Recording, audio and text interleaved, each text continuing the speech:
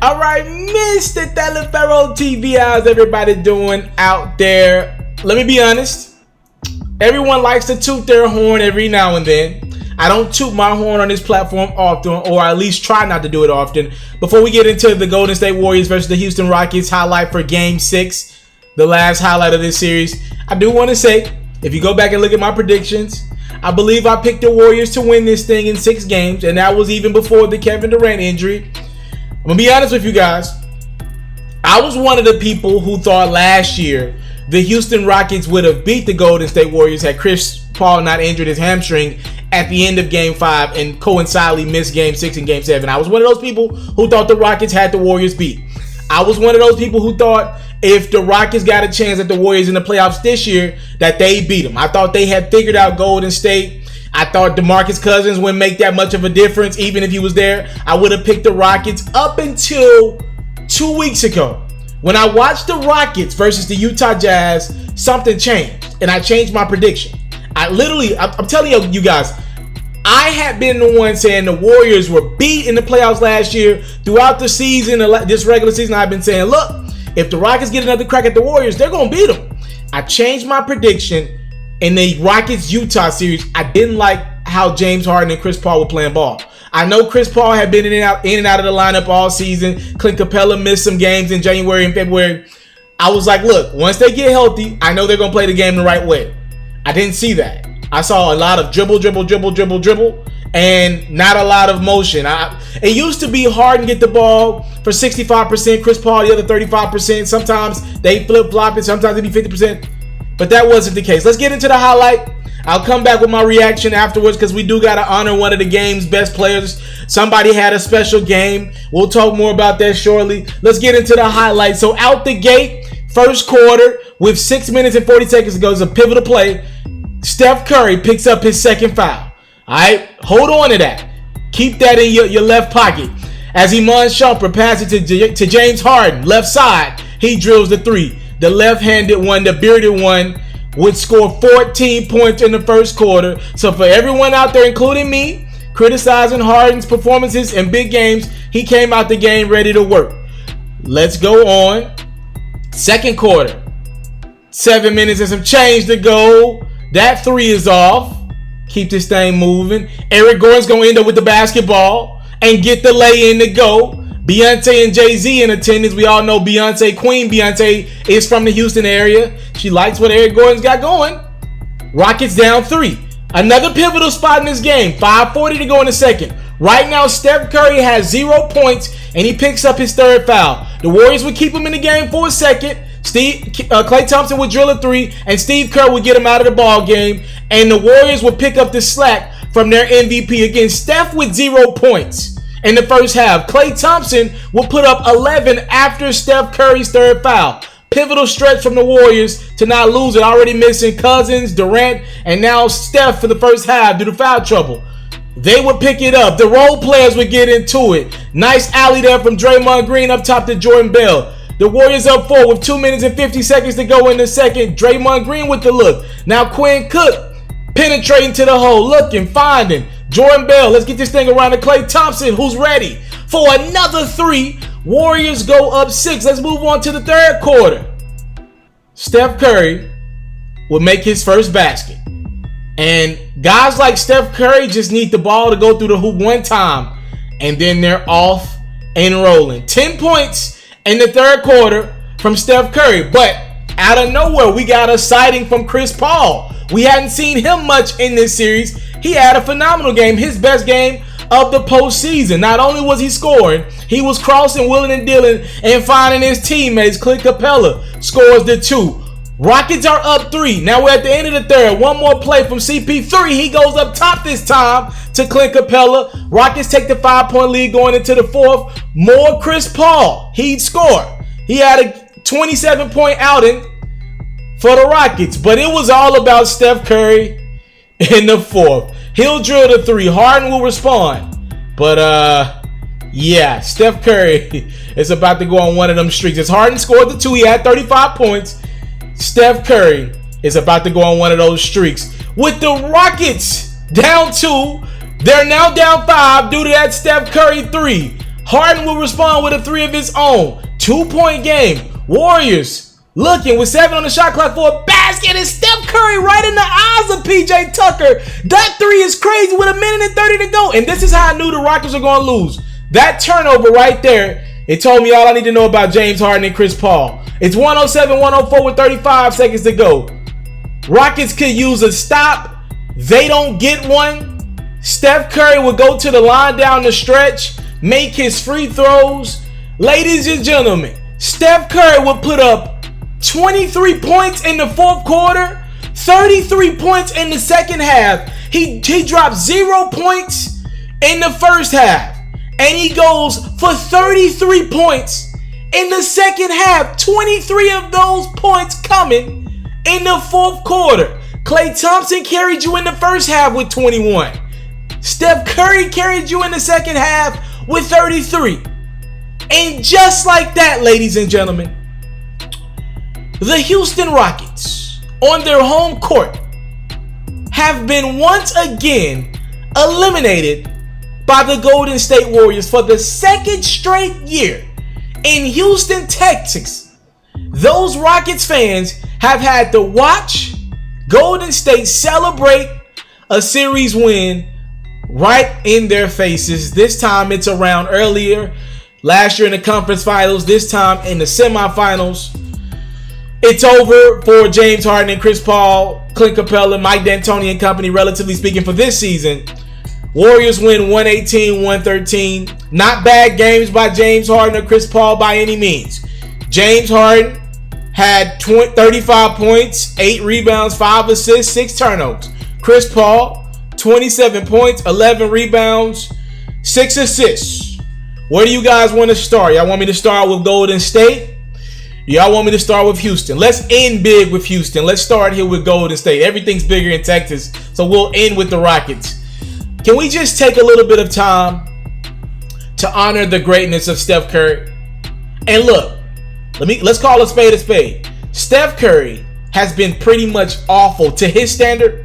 And I know he's had the pinky injury with a finger injury, whatever. Dislocated finger on his left hand.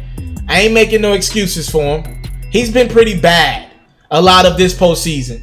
Ineffective, foul trouble, not locked in defensively, and because of Kevin Durant's greatness, Steph had kind of went under the rug. It really didn't matter much. But Steph Curry was on that basketball team that blew a 31-point lead in the first round to the Clippers. Let's make it clear. The 2 games that Houston won in Houston, Steph Curry was on that basketball court. So I'm just saying, we always give blame to guys like Kevin Durant, but Steph Curry was right there, and he didn't play great. And the Rockets had a chance to get this thing back to 7 games, and Steph Curry said no. He just took over. Struggling in that game. 0 points in the first half, ladies and gentlemen. In foul trouble. Comes out and drops 33. Give that man his just due. It just seems like when it's time for his legacy to be defined, he always shows up. Speaking of time for your legacy to be defined, what a great transition. Can we talk about Chris Paul and James Harden? See, everybody thinks I'm going to go in on Chris Paul and James Harden and the Houston Rockets. I'm not going to do that today. See, everybody thinks I'm just going to go crazy. I had a couple of my friends text me and say, I can't wait for your highlight tonight. Here's what I will say. All I want the Houston Rockets as a collective, all I want them to do is know your role. That's all. If they know their role, we don't have a problem going forward. And I'm talking about from the top on down. Let's start with the general manager, Daryl Morey. He had been complaining. He sent in paperwork over to the NBA league office saying he felt like last year the Warriors were getting too many calls. The Rockets got cheated. He had put together this quote-unquote brilliant team based on analytics. He had flat-foot said he thought the Rockets were a better team than Golden State. Chill, GM. Know your role. Get back in the back seat, bruh. Work from behind the scenes, from behind the computer desk, from behind the phone, bruh. Your team just lost fair and square to the Golden State Warriors, a better team. And the Warriors were missing the likely finals MVP again. Let's make that clear. Know your role, bruh. Let's go to Mike D'Antoni, the head coach. Mike, you have been warning. You're just due as a head coach for quite some time. You ain't of that cloth, bro. You don't pay enough attention to detail defensively. You are awful defensively. When people ask you what was wrong with your team defensively, and you respond with, I don't know. I could be wrong, but I thought it was your job to know. You just can't outscore everyone, Mike D'Antoni. And for your credit, you have now been a part of 2 out of the 3, I would say in my era since 2000, 2 out of the 3 most talented teams in NBA history, 2 of the 3 best regular season teams in NBA history that have not did anything in the postseason. And I'm talking about Mike D'Antoni being on the Phoenix Suns with Steve Nash and company. Steve Nash won 2 MVPs. Now you got James Harden, who's already won 1 MVP, the reigning MVP winner. Could possibly win a second one in a few weeks. Y'all ain't win nothing either. And I throw the Sacramento Kings. Mike D'Antoni wasn't a part of that team, but those are my 3 most disappointing teams in the last 25 years. So I'm just saying all to say, Mike D'Antoni, fam, you ain't of that cloth, bro. You ain't like some of the other coaches around the league. Your offensive schematics, it doesn't work. It didn't work in New York. It didn't work in Phoenix. It didn't work in LA. It didn't work in Houston. It does not work. You have to commit some level of detail to defense because that rubs off on your players. Speaking of your players, Clint Capella, you begged for this series against the Golden State Warriors. You wanted this rematch more than anyone against the Warriors. Where were you? Where were you? If you want to blame James Harden's style of basketball, dribble, and all that good stuff, and you want to blame him for not getting you to rock as much as you needed it, right? I'm fine with that. But here's the facts. Draymond Green outplayed you in this series, bruh. Draymond outplayed you. I'm talking about just wanted it more than you. I'm going to be honest with you. Many people would argue that Nene was more valuable than Clint Capella for a lot of that series. He had a decent game a couple times, but overall, where were you? Hell, I definitely know this for a fact. Throughout this series, PJ Tucker at 6'5", and that's probably giving him an inch or two, a 6'5" guard was a more valuable center than you were throughout this series. You could barely stay on the court. Clint, I don't want to hear you talk about you're better than Golden State. You're not. Your Rockets are not. You got paid, but y'all not. You're well overpaid. That contract is untradeable, by the way. Good luck, Houston, with that money that you gave Clint Capella. Let's move on to Chris Paul. Know your role, bro. Throughout your career, you have considered yourself one of the game's greatest point guards. And you are a great, phenomenal point guard. An all-time point guard, if you want to say, right? But you've been pretty upset over the last 7-8 years of all this hoopla that Steph Curry's gotten. And you've always desired an opportunity to get Steph Curry where you felt as if though you had an adequate amount of talent around you. You had to go up against the Golden State Warriors when you were Blake Griffin and DeAndre Jordan were injured with the Clippers, right? It wasn't fair. I'm not mad at that. You got injured when you're against Golden State. I'm not mad at that, right? You got crossed by Steph a couple bad times. All you wanted was a fair shot. You finally got your fair shot, CP3. You finally got your fair shot. You had an opportunity with Durant not available for the Warriors. And what I consider an even matchup, in my opinion, with Durant out, no Cousins, if I got the most valuable player in James Harden, I feel as if though that's an even matchup between the Rockets and Warriors as currently constructed for Game 6. Fam, you didn't show up. And Game 5, that game was on the board to be won. You were not great as well in that game either, Chris Paul. Your legacy has been defined, in my opinion, and you're walking out of your prime. The more your hairline recedes, the more you walk out of your prime, fam. You're now out of your prime. You are now on the back end of your career officially. And you can never have a conversation of being better than Steph Curry. Here's how much respect I have for Steph and lack thereof, not personally, obviously, the CP3, but lack thereof of Chris Paul's playoff performances. Steph Curry has been known to not even be a decent defender in the NBA, but the greatest shooter of all time. Chris Paul's not even in a conversation with Steph Curry anymore, in my opinion. Like, I don't even want to have that combo of who was better. I don't even want to even entertain that. Because when it was winning time, either you were hurt or you did not perform for your team. You were great tonight, but there were 5 other games in this series, Chris Paul. And last but not least, I saved the best for last, for the bearded one, goes by the name of James Harden. There was a conversation a few years ago about James Harden, and actually James Harden chimed in, and he felt like he had got snubbed for MVP, right? And let me make myself clear. The first time Steph Curry won MVP, I believe, I gave it to James Harden. Obviously, I'm not an NBA voter, but I thought James Harden was the MVP that year. That was the year Dwight missed like 40 games. I think that was the last year that the Rockets had Dwight. I thought Harden was the MVP that year. I thought Harden was the MVP last year. I thought Harden, call me crazy, I thought Harden was the MVP this year.